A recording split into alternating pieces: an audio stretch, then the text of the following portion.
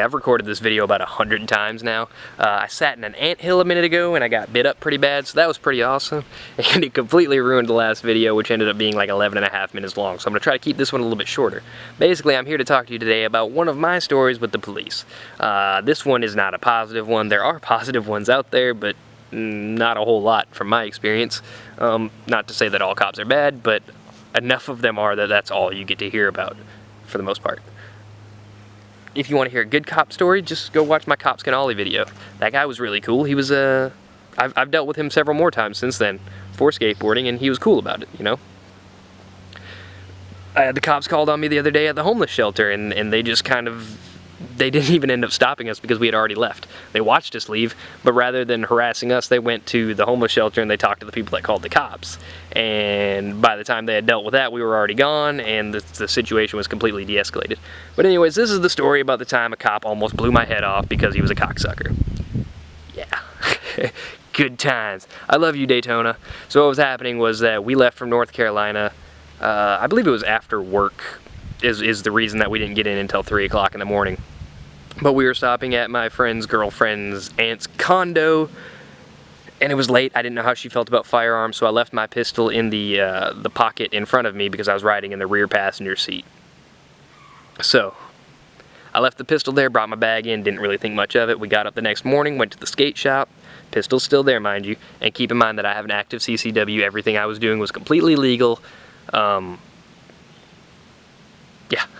Yeah, because Florida reciprocates our CCWs. So, anyways, we're going to the skate shop. We pass it by like a street or two. We go to pull into this bank, and there's two cops pulled up door to door talking, as you see them doing quite frequently. It's almost like they don't have anything better to do but fucking talk to each other. But anyways, so we see that, and we're like, okay, well, we're not going to pull in here. He goes up to the next parking lot, turns around there. We go to the skate shop.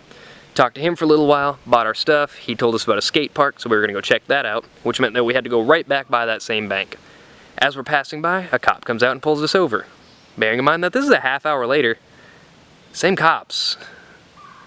Weird. So they hadn't done anything for at least a half an hour. Interesting.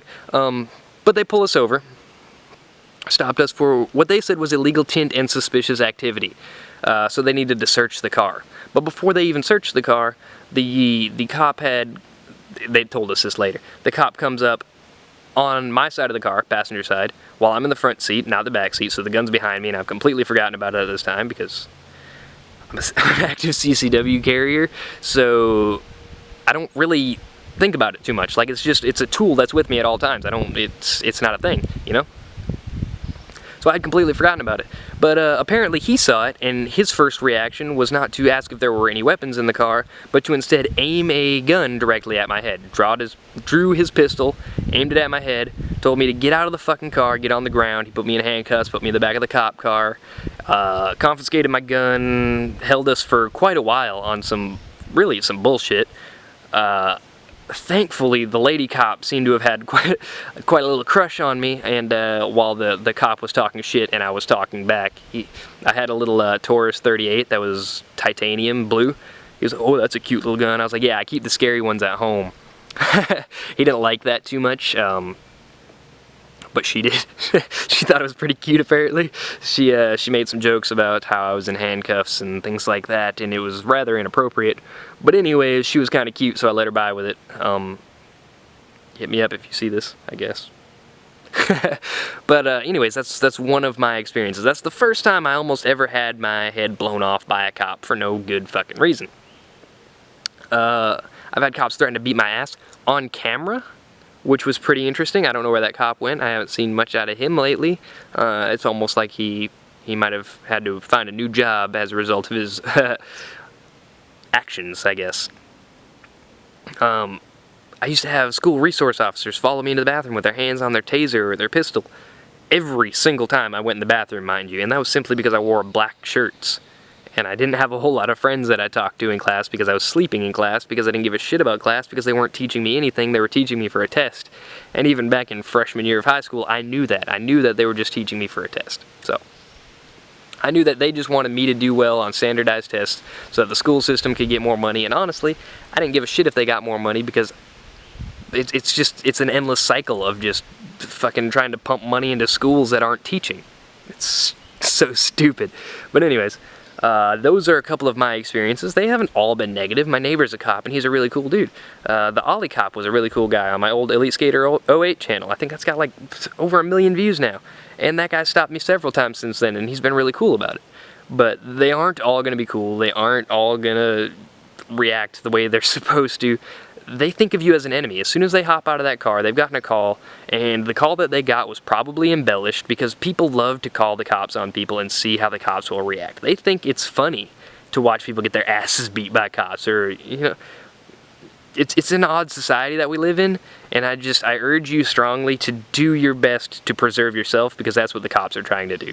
They're trying to get home to their families at night, and they would rather blow you they would rather blow you. That's what they would.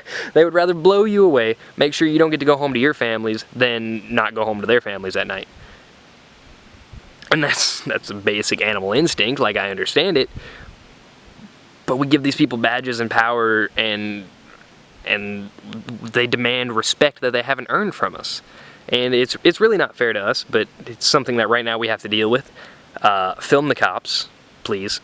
By all means, if you have a camera and you're out and you have to deal with the cops, film them. Film them, because it's the only way we can make any changes. I want to hear your stories, though. You guys have different experiences than me. You're different people. But bear in mind that I'm a white guy in a rural area, and I've had experiences like this. So imagine what it's like for the minorities, or for real criminals. I'm a skateboarder. I'm not doing anything really wrong, you know? And I've had cops put their hands on their gun and manhandle me because I was trespassing.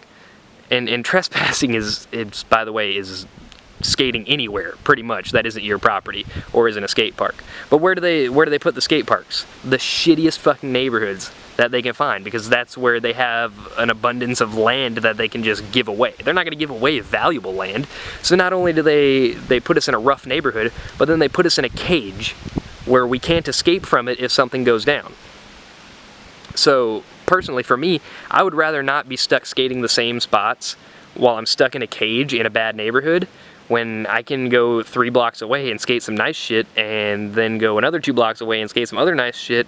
And it's more entertaining to just skate different things rather than being stuck in a skate park all day. That's why I don't skate in skate parks, to be honest with you. And why should I pay to skateboard? Why should I pay to go to a paid park when I can go to the streets for free and skate for free? And tell me about your cop stories. I want to hear them. This video's too long.